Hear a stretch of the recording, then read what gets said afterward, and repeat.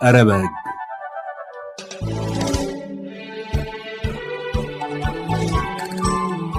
አረበግ ስለ ሕግ ነክ ጉዳዮች የምንጨዋወትበት ፕሮግራም ነው።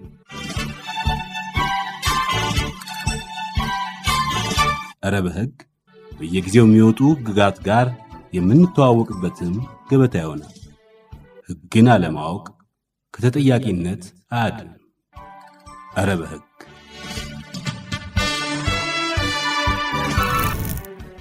Manchester Derby number 192 families divided for the day. ይህ በእንግሊዝ ፕሪሚየር ሊግ የማንቸስተር ሲቲ እና የማንቸስተር ዩናይትድ ክለቦች የእግር ኳስ ጨዋታ ነው። ዛሬ እንግሊዝ ዘር ሳትመርጥ በዓለም ዙሪያ ያሉ ምርጥ ተጫዋቾች በክለቦቿ ተሰባስበው እንዲጫወቱ አድርጋ በስምም በገንዘብም ጠቅማና ተጠቅማ ለኳስ ወዳጆች የደስታ ምንጭ ሆናለች።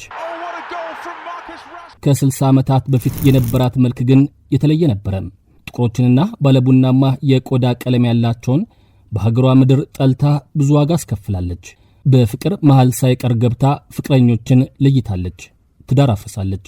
Now you've taken up with this black man, you will never get a decent boyfriend. Never. ሕፃናት ያለ አባት እንዲያድጉ ምክንያት ሆናለች። I met my mother, real mother, when I was 9, I think. She came to see me.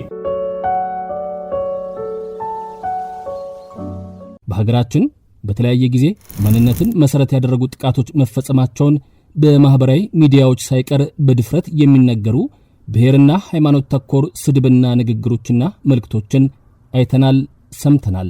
በግልጽ ፍርጥ አድርገን ያላወራንበት መቼም እንዳይደገም በመፍትሄ ያልዘጋነው ተጸይፈን ከስሩ ያልነቀልነው ይህ ጉዳይ ብዙ እንዳያስከፍለን በእንግሊዝ የዛሬ 64 ዓመት የነበረውን እያለፈ ያለ የሚመስለውን የዘረኝነት ጉዳይ በዛሬው አረበግ ስለ ሰው ብለን እናነሳዋለን።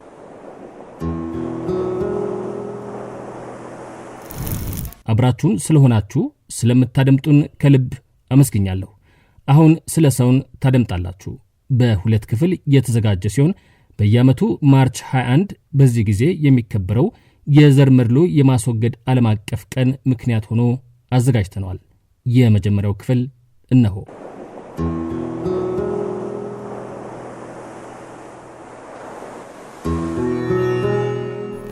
በሀገራችን በተለያየ ጊዜ ማንነትን መሰረት ያደረጉ ጥቃቶች መፈጸማቸውን በማህበራዊ ሚዲያዎች ሳይቀር በድፍረት የሚነገሩ ብሔርና ሃይማኖት ተኮር ስድብና ንግግሮችና መልእክቶችን አይተናል፣ ሰምተናል።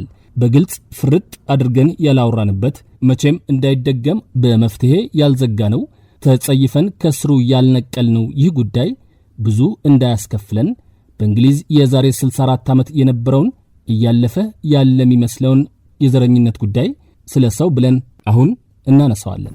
Manchester Derby number 192 families divided for the day.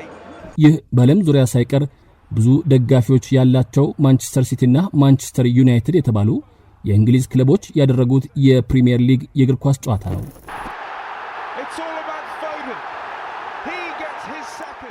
ጨዋታው በእንግሊዝ ምድር ይደረግ እንጂ ተጫዋቾቹ ከተለያዩ ሀገራት የተሰባሰቡ ናቸው። ተጫዋቾቹ ሀገራቸውን እንደወከሉ ወይም የሀገራቸው ምልክት እንደሆኑ አድርገን ብንቆጥር በቁጥራቸው ልክ በየሀገራቸው እንዲሁም ከዚያም ውጪ በየሀገሩ ይህንን ጨዋታ የተመለከቱ በሚሊዮኖች የሚቆጠሩ የኳስ ደጋፊዎች እንዳሉ መገመት ይቻላል። በሀገር፣ በዘር፣ በቆዳ ቀለም፣ በሃይማኖት፣ በሀብት መጠን፣ በትምህርት፣ በሌሎችም ብዙ ነገሮች የሚለያዩ ሰዎች በእግር ኳስ አንድ ሆነው ታገኛላችሁ። በፕሪሚየር ሊጉ በሚሊዮን ዶላሮች ሲንቀሳቀስበት ታያላችሁ። የክለቦቹ ባለቤትነትም የእንግሊዛውያኑ ብቻ አይደለም። ለምሳሌ በማንቸስተር ሲቲ ክለብ ውስጥ ትልቁ የባለቤትነት ድርሻ የተያዘው በአቡዳቢው ሼክ መንሱር ቢን ዛይድ አልናህያን ነው። ባጭሩ የኳስ ጉልበትና የፈጠረው አንድነት እጅግ ትልቅ ነው። በብዙ ልዩነቶች ውስጥ ያለ ህብረትና አንድነት። በቅድሚያ ለራሷ ጥቅምም ቢሆን ይህንን ህብረትና አንድነት የፈጠረችው እንግሊዝ የዛሬ 60 ዓመት ግን እንዲህ ያለ መልክ አልነበራትም። እንደ ጊዜው ሁሉ ሰዎችን በዘርና በቆዳ ቀለማቸው የምትገፋ ተጠቅማባቸው የምትተፋ ይህም በመንግስታዊ አቋምነት ሳይቀር የሚንጸባረቅባት ነበረች። ሰው መሆን በእርግጥም ዋጋ አጥቶ ታይቷል። ይህንን ትልቅ ስህተትና ጥፋት ለመንገር የነበራትን መልክ ለማሳየት ቢቢሲ ሚክስድ ብሪታንያ ሲል ዘጋቢ ፊልም ሰራ። ትናንትናዋን አሳየም። ትናንትናዋ ውስጥ የዘረኝነትን ክፋት የሚጓዝበትን ርቀት፣ ዘረኝነት በፈጣሪ ሥራ ጣልቃ ገብቶ በፍቅር መሃል ሲቆም አየሁት። ያየሁትን አሁን ላሳያችሁ ነው። አስቀድሜ ግን ልናገር። ማውራቴ ውስጥ ዛሬ በእንግሊዝ ዘረኝነት ተሸንፏል፣ ሁሉም የሰው ዘር እኩል ይከበራል የሚል የውዳሴ መልእክት ፈጽሞ የለም። ለውጡ ግን የሚታይ ነው። ምን ያህል የሚለውን መጠኑን ትናንትን ከዛሬ አገናኝቼ ከማወራው በመነሳት እናንተው እንድትመዝኑ ትቻለሁ። የማውራቴ ትልቁ ምክንያት ግን የዘረኝነትን፣ ሰውን ከሰው የማበላለጥን ሰውነት የጎደለው ተግባር በቁንጽሉ ማሳየት ነውና እርሱ ላይ አተኩሩልኝ።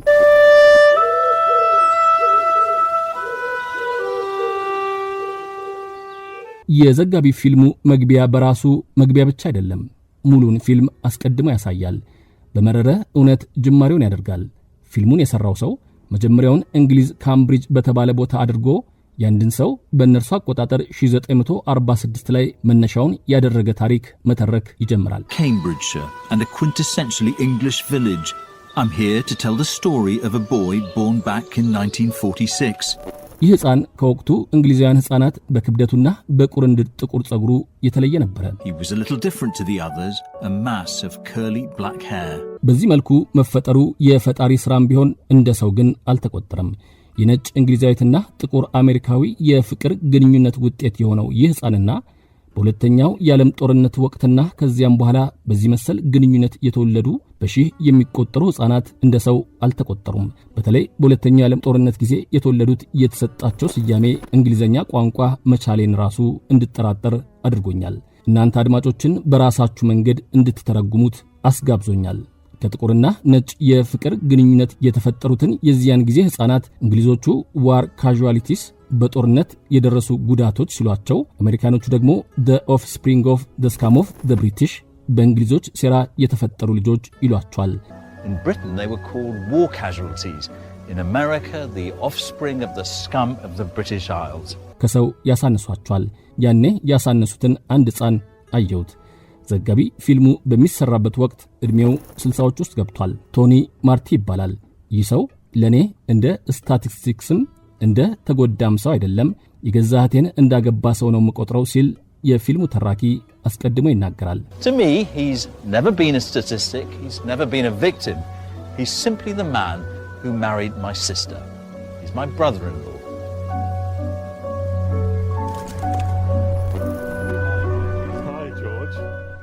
የዛሬ 78 ዓመት እንደ አንድ የጦርነት ጉዳትና የሴራ ውጤት ተደርጎ የተቆጠረው ሕፃን እንደ ሰው ተቆጥሮ እናቱም ታስፈልገዋለች እርሱም ያስፈልጋታል ተብሎ በእጇ እንዲያድግ አልተደረገም። መጀመሪያ ለሕፃናት ማሳደጊያ ተሰጠ። ከዚያ ደግሞ በጉዲፈቻ የምታሳድገው እናት አግኝቶ ከእርሷ ጋር ሆነ። ወላጅ እናቱን ለመጀመሪያ ጊዜ ያያት የ9 ዓመት ሕፃን ሆኖ ነበረም። እርሷም በቃ አሁን ልውሰድህ ብትለውም እርሱ ግን ሳይፈልግ ቀረም። I met my mother, real mother, when I was 9, I think. She came to see me. And I think then she asked me if I wanted to go back and live with her. And well, I know, I said no, I was happy where I was.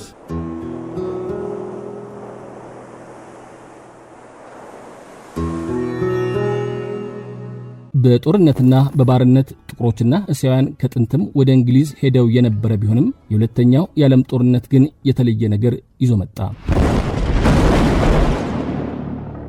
The Second World War turned lives upside down.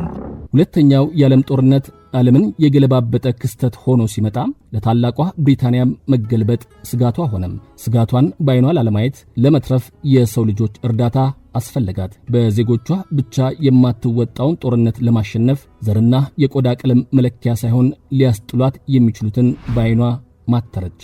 እርሷ ሄዳ በቅኝ ግዛትነት ከያዘቻቸው ሀገሮች ተዋጊዎችን ወደ እርሷ እንዲመጡ አደረገች። ይህ ለእንግሊዝና እንግሊዛውያን አዲስ ነገር ሆነም። From the four corners of the earth they come, men from the far-flung British Empire upon which the sun never sets. African troops of the desert lands are in the front line in the defense of democracy. ከመጡበት የጦርነት ግዴታ በተጨማሪም ሰውናቸውና ጨዋታና መዝናናትም አብረዋቸው መጡ። People from different races worked together and played together. building this history of mixed-race Britain. ከእንግሊዛውያን ሴቶች ጋር አብሮ መስራትም አብሮ መዝናናትም መቃበጥም ተጀመረም። የነጮች ብቻ የነበረችው እንግሊዝ ተደባለቀች። ወጣት ሴቶቿ የተከለከለ ፍቅር አገኙ። ወላጆቻቸው ደግሞ ግራ ተጋቡ። The young found forbidden love, and the old, well, they just couldn't understand it. እየሆነ ያለው ሁሉ ሊገባቸው አልቻለም ነበረም። ግራ ቢገባቸው ወላጆች ሴት ልጆቻቸውን መቆጣትና መገሰጽ ጀመሩ። እንዲያውም የባለ ጥቁር የቆዳ ቀለሙ ዘንካታ ፍቅር እጅ ወደ ላይ ያላት፣ እርሷም መሸነፏን እጆቿን ወደ ላይ ሳይሆን ወደ ጎን በመዘርጋት በእቅፏ አስገብታ ያሳየችው ሜሪ አባቷ ካፈቀረችው ሰው እቅፍ ለማስወጣት የተናገሯትን ታስታውሳለች። I do remember my father saying, now you've taken up with this black man, you will never get a decent boyfriend. Never. አባት አሁን ከዚህ ጥቁር ሰው ጋር ከሆንሽ ወደፊት ጨዋ የሆነ የወንድ ጓደኛ ፈጽሞ አታገኝም አሏት፣ አስፈራሯት። ፍቅር ያጀገናት እርሷ ግን ምንም ሳይመስላት ቀረም። እንግሊዛውያን ሴቶችን ከጥቁርም ሆነ እስያ ፍቅር ለማስጣል የቁጣም የተግሳጽም የማስፈራራትም ሙከራ የተደረገው በወላጆችና ቤተሰቦች በማህበረሰቡም ብቻ አልነበረም። የመንግስት ባለስልጣናት ሳይቀር ይቅርባችሁ እያሉ በአደባባይ ይናገሩ ነበርም። እኚህኛው ባለስልጣን ጥቁር ወንዶች የተለየ ሴት ሞራልና መርህ ያላቸው ናቸው፣ አያቶቻቸው እርስ በርስ ይበላሉ እንደነበረ ብዙ አጋጣሚዎች አሳይተዋል ሲሉ ተደመጡ። The black man has a different set of standards, values, morals and principles. In many cases their grandfathers were eating each other. ከሰውም አሳንሰው ለማሳመን ሞከሩ። ጫፍ ወጥተው እንግሊዛውያን ሴቶች ለፍቅር እግራቸውን ወደ ጥቁሮች እንዳያነሱ ሐሰትና ጥላቻን በቀላቀለ የዘረኝነት መንገድ ይገልጹ የነበሩ እንዳሉ ሁሉ እኔ በማናቸው መልኩ አልፈርጅምን እያስቀደሙ ዘረኛም አይደለሁም፣ ልጆቼ ግን ጥቁር እንዲያገቡ አልፈቅድም የሚሉ ለየት ያሉ ድምጾችም በወቅቱ ተሰምተዋል። I'm not racial, I'm not any prejudice of any kind, but I wouldn't let my children intermarry.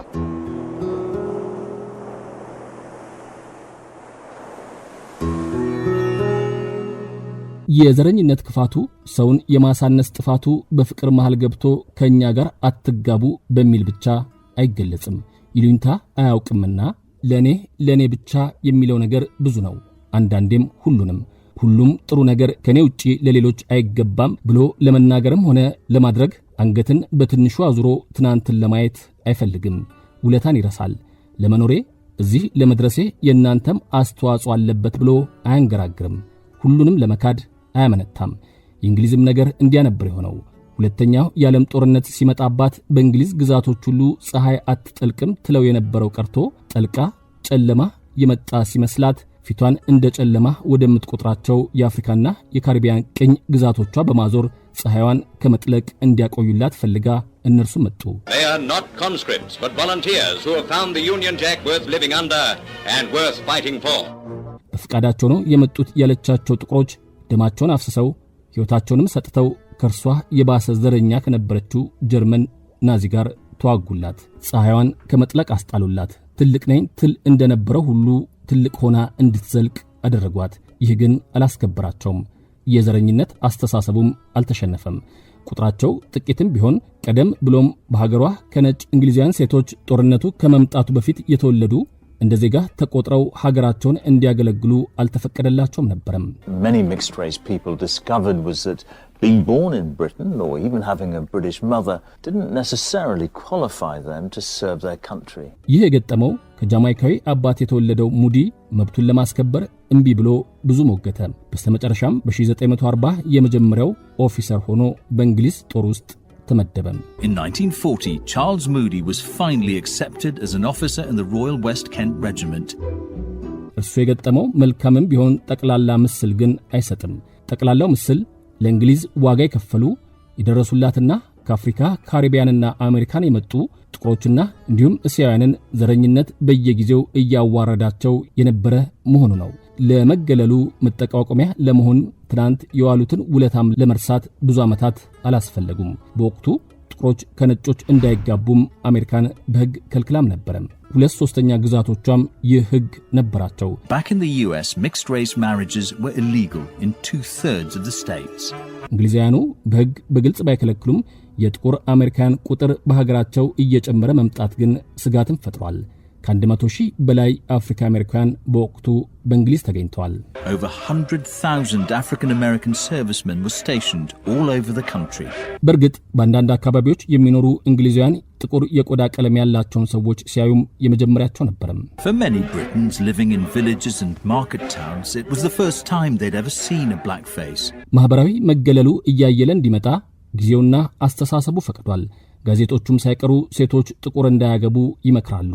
ነገ ጥለዋቹ ይሄዳሉ ሲሉም ይቀሰቅሳሉ።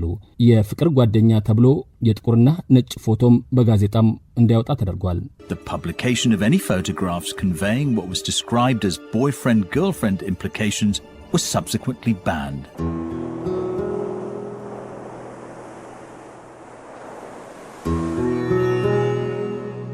የግፊቱ እያየለ መምጣት የእንግሊዝ መንግስትን አስጨክኖ ጥቁሮችና እስያውያን ጨምሮ የሌላ ሀገር ዜጎችን የአውሮፓውያን አቆጣጠር በ1946 ከሀገር እንዲያባረር አደረገው። What happened here on the streets of Liverpool in the summer of 1946 was one of the most shameful episodes in Britain's post-war history. አግብተውና ወልደው ይኖሩ የነበሩ ሁሉ አልቀረላቸውም። Chinese seamen had to go. It made no difference whether that broke up families or not. ከተባረሩት መካከል 1362 ቻይናውያን የሚጠቀሱ ሲሆን ከነዚህ ውስጥ 300 የሚሆኑት ከእንግሊዛውያን ሴቶች ጋር ትዳር የመሰረቱ ነበሩ። የወላጆች እየተነጠሉ መባረር 1000 የሚደርሱ ሕፃናትም ያላባት እንዲቀሩ ለማሳደጊያዎች እንዲሰጡ ምክንያት ሆነም። Somewhere between 500 and 1,000 children were left fatherless. ለዓመታት ሳይገናኙ ጭራሽም ወላጆቻቸውን ሳያውቁም የቀሩ እንግሊዛውያን ነበሩ። One of these was Yvonne Foley, who grew up unaware of her Chinese heritage.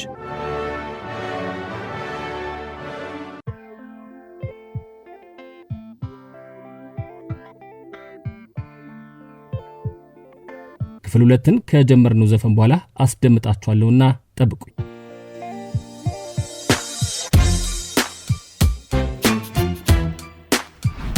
ከዘፈኑ በፊት የመጀመሪያውን ክፍል ስለ ሰው ፕሮግራም አቀረብን። አሁን ሁለተኛውን ክፍል ታደምጣላችሁ። ሕግና ፍቅር ዘረኝነትን ሲያሸንፉ The arrival of more than 400 happy Jamaicans. They come to seek work in Britain. ከሀገር የማባረሩ ተግባር ከተፈጸመ ከ3 ዓመታት በኋላ በ1949 የእንግሊዝ መንግስት በቅኝ ግዛት ከያዛቸው የኮመንዌልዝ አባል ሀገራት ለሚመጡ ለማናቸውም የእንግሊዝን ዜግነትና በእንግሊዝ ሀገር የመስራት መብትን የሚሰጥ ሕግ አጸደቀም። Following a change in the law in 1948, giving British citizenship to anyone from the Commonwealth and the colonies and the right to settle here. ይህ የእንግሊዛውያንን የዘር ሁኔታ እስከ ዘላለሙ የቀየረ ሆነም። Britain's racial landscape changed forever. በስፋት ተደባለቁ። ይህን ተከትሎ ከ3 ዓመታት በፊት የተባረሩትም ሌሎችም ወደ እንግሊዝ በብዛት ተመልሰው ገቡ። ከተመለሱት መካከል መንግስት ያቋረጠበትን ፍቅር ተመልሶ ለማስቀጠል የወሰነው የትሪኒዳዱ ጃክ አንዱ ነበረም። It wasn't only the prospect of a good job that had lured Jake back to Britain. ፍቅረኛው ሜሪም የነበረው ዘረኝነትና መገለሉ ሳያስፈራት የተቆረጠው ፍቅር እንዲቀጥል ወስናለች። አባቷ ግን አልተስማማም። እርሱን ካገባሽ የኔ አባትነት አበቃ አላት። Said, don't come back here. I don't want to ever see you again. እናቴም ከኔ ጋር ከማልቀስ ውጪ አቅም አልነበራትም አለች። And my mother and I were both crying. ፍቅር አቅም የሆናት እርሷ ግን የመረጠችውን የወደደችውን አገባች። እርሱም ቀኑን የህይወቴ አዲስ ቀን ነበር አለም። It was like a new day in my life.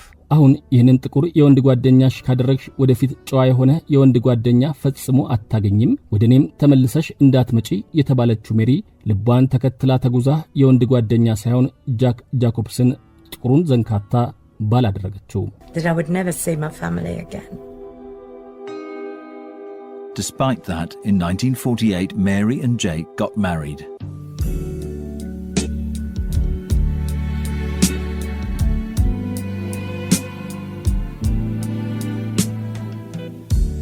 Always and forever. ሜሪ እርሱን ካገባች በኋላ ወላጆቿን አይታቸው አታውቅም። ተዩ ከተባለችው ጥቁር ባሏ ጋር ግን በየቀኑ እየተያዩ ሁሉን በፍቅር አብረው አሳልፈው ባዛውንትነት ዕድሜያቸው ለሚክስድ ብሪታንያ ዶክመንተሪ ምስክር ሆነው ቀረቡ። ፍቅር ዘረኝነትን ሲያሸንፍ አሳዩ። Will still be the same, 'cause we've got a life of love that won't ever change.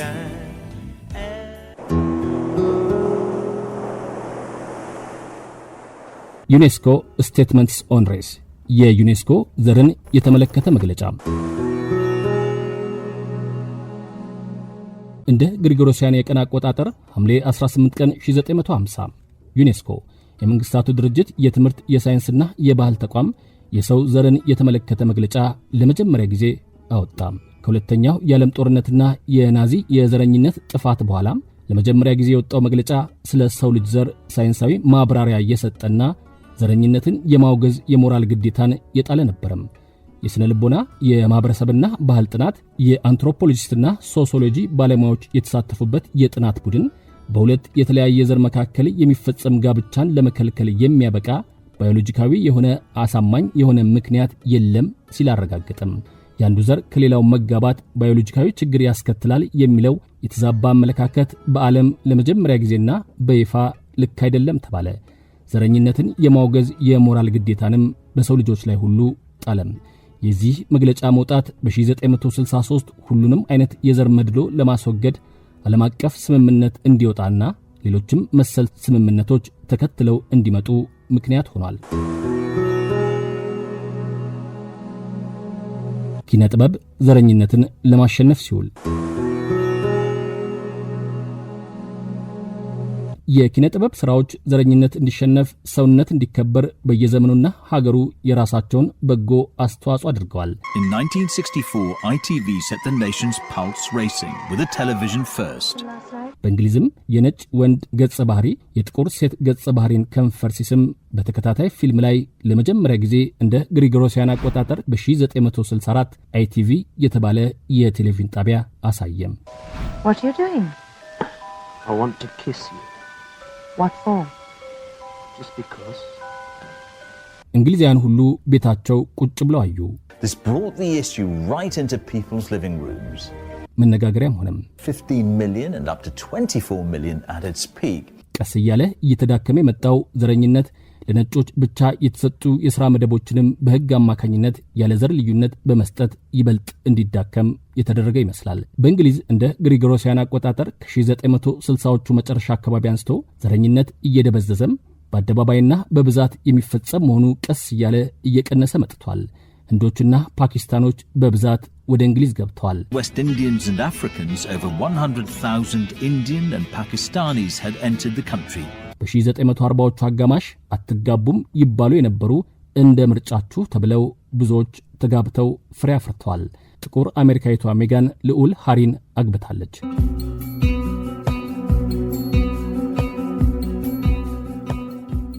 ዜግነትና ከርሱ የሚገኘው ጥቅም ዘርን የቆዳ ቀለምን መለኪያ መስፈርት ባለማድረጉ ብዙዎች ተጠቅመዋል።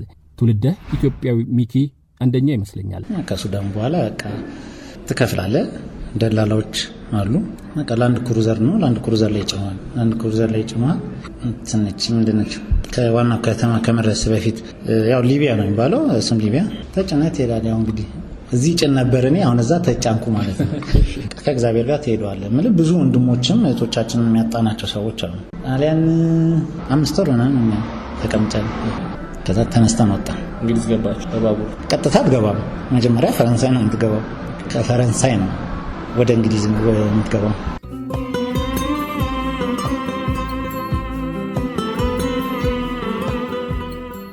ድህነት ገፍቶት ወጣትነት ጉልበት ሆኖት ከዓመታት በፊት በስደት እንግሊዝ የገባው ሚኪ ተፍ ብሎ መስራት ተረጋግቶ መኖር ከጀመረ ከጥቂት ዓመታት በኋላ እርሱም ሐኪሞቹም ባላወቁት ምክንያት የሁለቱንም የአይን ብርሃኖቹን አጣቸው። ጥሩ በመሰራበት ላይ ነው ገብቷል ይሄ ነገር ይሆነ።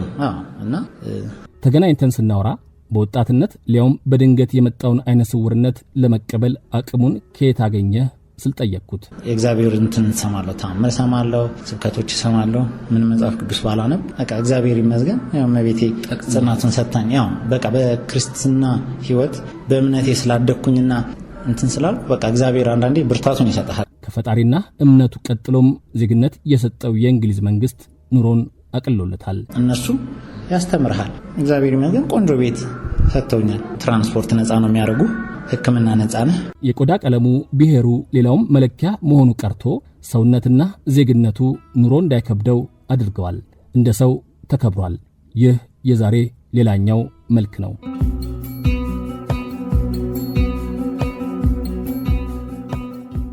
ወደ ማጠቃለያ የመጣው በመግቢያ ላይ ያነሳሁት ፕሪሚየር ሊጋቸው ብዙ ተጫዋች አሰልጣኞችና ሌሎች ባለሙያዎችም እየተሳተፉበት የሌሎች ሀገር ዜጎች ጭምር የክለቦች ባለቤት የሆኑ በዓለም ላይ በብዙ ተመልካቾች የሚታይ የስፖርት ውድድር ሆኗል። በቴሌቪዥን ይመለከታል ተብሎ የሚገመተውም 4.7 ቢሊዮን ህዝብ ነው። ባጭሩም ዘር፣ የቆዳ ቀለም መለያ አጥር ሳይሆኑ እንዲቀራረቡ አድርጓል። እግር ኳሳቸው የፈጠረው አንድነት እጅግ ትልቅ ነው። በብዙ ልዩነቶች ውስጥ ያለ ህብረትና አንድነት። ሚክስድ ብሪታንያ ዘጋቢ ፊልም መነሻ ሆኖኝ የትናንትን መንግስታዊ የነበረ የዘረኝነት አስተሳሰብና ተግባር ከዛሬ ጋር አጋብቼ ማውራቴ በመግቢያም እንዳነሳሁት ለውዳሴ አይደለም። እነርሱ ጋር ዛሬ ዘረኝነት ሙሉ በሙሉ ተወግዷል የሚል እምነትም የለኝም። ግን በብዙ መልኩ እየተሸነፈ እየመጣ የሰው ዘር ሁሉ እየተደባለቀ ስለመምጣቱም መናገር ይቻላል። ዛሬ ላይ የድብልቅ እንግሊዛውያን ቁጥር 40 በመቶ ደርሷል። በየሀገሩ ያለውም እንዲሁ ነው። ዘረኝነትና ማግለል በሳይንስም በህግም ልክ አይደለም ተብሏል። ይህንን ማስተዋል ትናንት ሌሎች እንዴት አለፉትና ዛሬም እያለፉት ነውን መጠየቅ ቀርቶ የራስንም ያለፈ ታሪክ ለመመርመር በመስነፍ ዘረኛ የሆኑ ሰውን የሚያሳንሱ ንግግሮችና ተግባሮች በሀገራችን ሲፈጸሙ በማንነት ጉዳትና ሞት ሲደርስ በዚህ ዘመን ማየት ያሳምማል። ከህግ ተጠያቂነቱ ጎን ለጎን በግልጽ መነጋገር፣ መፍትሄ ማበጀትና ለልጆቻችን ሰውን በሰውነቱ ስለማክበር ማስተማር ግድ የሚለን ጊዜ አሁን ነው። የዛሬው ፕሮግራም ተጠናቀቀ። ነገ በሸገር ማለዳ ጠዋት 1 ሰዓት ከ10 ላይ መልሰን እንገናኛለን። የዛሬውን ግን ተሰናበትን። ከሁሉም የሚበልጠው የአእምሮ ሰላም ከኔም ከናንተም ጋር ይሁን።